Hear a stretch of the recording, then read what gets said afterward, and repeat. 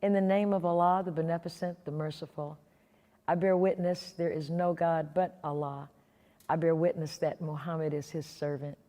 I greet all of you in the words of peace and our original language. Assalamu alaikum. Brothers and sisters, first let me express to you what an honor and privilege it is to have been chosen to open this year's African Black Coalition Conference. I am so honored, and I hope that what I have to share with you in these brief moments will be of value as you move through these 3 days. If we have a thorough knowledge of ourselves, and that means knowing our ancestry, knowing our history, and being cognizant of our experience, then knowing these things, we should not desire to be a part of the political union called the United States of America.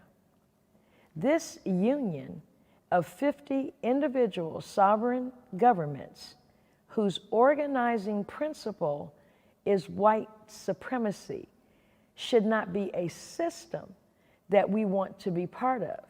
However, what we do want, what we do demand, is that we be allocated a significant portion of land right here on this 2,000 by 3,000 mile continent, or part of a continent called North America, that our ancestors labored to build and to make one of the most powerful and wealthiest nations on earth. So we're approaching self-determination this weekend in this conference, and that should be our way of life. And we can't do that without the ability to be free to live the values that we hold dear. The effects of this system that we live in are to corrupt any person who buys into it, as we have witnessed in recent years and months. We cannot, beloved, assign another generation of our people to a corrupt, racist, sexist, materialistic system that is inherently contemptuous toward anyone who needs help.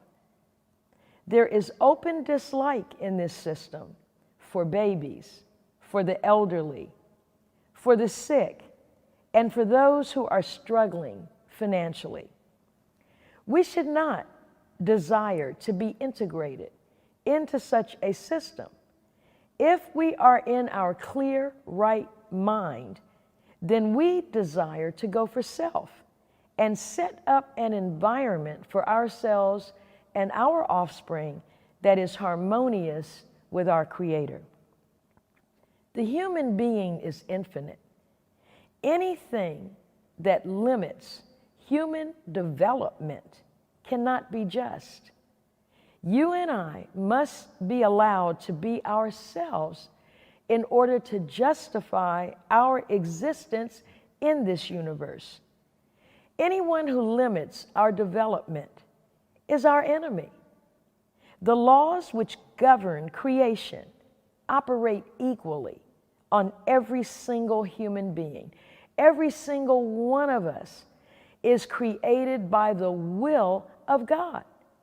Every one of us has not only a unique fingerprint or a unique voice print, but we have a unique spiritual and intellectual print, and we are on this earth to fulfill a divine purpose. The laws that govern creation, as I said, operate equally on everyone. And beloved, death would be sweeter than having our children live in a system that denies us a full and complete freedom. During slavery, we were robbed of 3 sciences essential to an independent nation: the science of mating, the science of business, and the science of warfare. So we have a duty to reactivate, to restore, and advance in the next generation the importance of strong family units. That is the soul of the Black community. The family is the means through which we survived the horrors of slavery, Jim Crow, and even what we are battling now. The importance of not only producing children, but educating them in accord with what we need as a nation. We must understand how to set up and conduct business, and we must be able to defend ourselves from attack and intrusion. The police presence and the murders by police that are unique to our community, we enable that because we are not united. And what we call the hood or the ghetto, these are really colonies.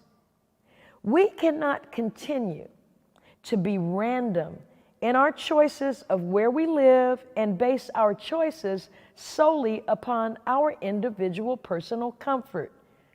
Instead of running away to white communities where we are not wanted and where we don't want to be, we should make our own communities a safe and decent place to live. It is a condition of the Black community, a condition created by design that provides our killers with justification for killing us. Economic deprivation leads to the destruction of the family unit, which leads to domestic violence and petty crimes and major crimes, such as drug trafficking, and that results in calls to the police. Our persistence in doing this in the face of them killing us demonstrates a lack of movement toward unity. You will remember the young woman in Fort Worth, Texas, who was shot to death in her own home. It was her next door neighbor who called the police because he heard noises next door. We don't have enough of a family relationship or a bond that we're able to go next door and knock on the person's door to find out what is wrong. Underlying the unrest sweeping the United States over police brutality is a fundamental inequity in wealth, land, and power that has circumscribed Black lives since slavery. The 40 acres and a mule that was promised to former enslaved Africans never came to pass. There was never a redistribution of land, never reparations for wealth extracted from stolen land by stolen labor. And so now it is time for us to focus on self-determination. We say we respect and love our ancestors, and I'm going to briefly, before I close, take you into a narrative that gives some insight into what our ancestors were thinking and feeling about their future at the end of slavery. We need a clear understanding of that phrase, 40 acres and a mule. General Sherman's march to the sea brought a massive regiment of the Union Army to the Georgia coast in December of 1864. What is not written of often in history, that accompanying that Union Army were 10 to 15,000 Black people, refugees, former slaves. They were suffering from starvation, exhaustion, illness, disease, and abuse. On December 19th, they were sent to what is now Hilton Head Island in South Carolina. On January 11th of 1865, Edwin Stanton, the war secretary, and other officials met with Sherman about this refugee crisis. They decided to consult leaders from the local Black community and pose the question, What do you want for your own people? On January 12th, Sherman met with 20 black people of Savannah. Now look at this, beloved. Black people in Savannah had already started building a community, and they were politically engaged in 1865.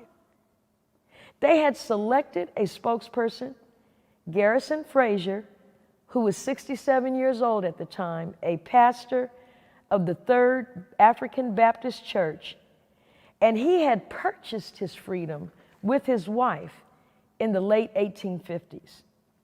Mr. Frazier said to Sherman, quote, "The way we can best take care of ourselves is to have land and turn it and till it by our own labor." All of the black people present agreed to seek land grants for autonomous black communities. And guess what the grounds were? They said racial hatred would prevent economic advancement for them in mixed areas. This is how insightful our people with no formal education, most illiterate, were in that time. So 4 days later, Sherman issued Field Order 15, instructing officers to settle the refugees on the sea islands and inland. 400,000 acres were divided into 40-acre plots. The order specifically prohibited whites from settling in the area. And by 1865, in June, there were approximately 40,000 free people settled on 435,000 acres. And though the mule was not mentioned in that order, many of our people received one that were contraband that the Union Army had. These Sea Islands, the Sea Islands Project reflected this policy of 40 acres and a mule as the basis for post-slavery economics. The special field orders issued by Sherman were not upheld by the federal government in the years after the war. As you know, almost all of the land allocated was returned to whites. And so, beginning in Louisiana, at the time of the Emancipation Proclamation, there had already begun a system called wage labor that became federal and state policy. That same system dominates our lives today and has deprived us, and that system is called jobs. And so as I close, beloved, remember, let's go after the reactivation of the 3 sciences that were lost to us, taken from us during slavery: the science of mating, the science of business, and the science of warfare. There is no definition of the word science that does not include one or both of these words: knowledge and system. That's what science is. It is knowledge systemized. You are blessed to be in a position to pursue a higher education, and you are blessed to be conscious and to organize and be part of a conference such as this. You are the future, and we are depending on you to unite, to overcome your differences, and organize a system under the set of principles that the original people of this planet follow. We are a spiritual people by nature. We are a righteous people by nature. A system is an organized collection of parts that are highly integrated to accomplish an overall goal.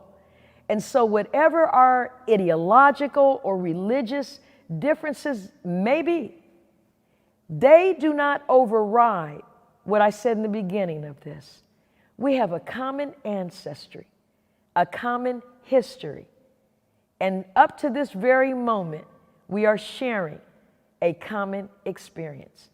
May Allah, God bless you with a safe, loving, and productive conference. I am so proud of you. And I leave you in the words of peace. Assalamu alaikum.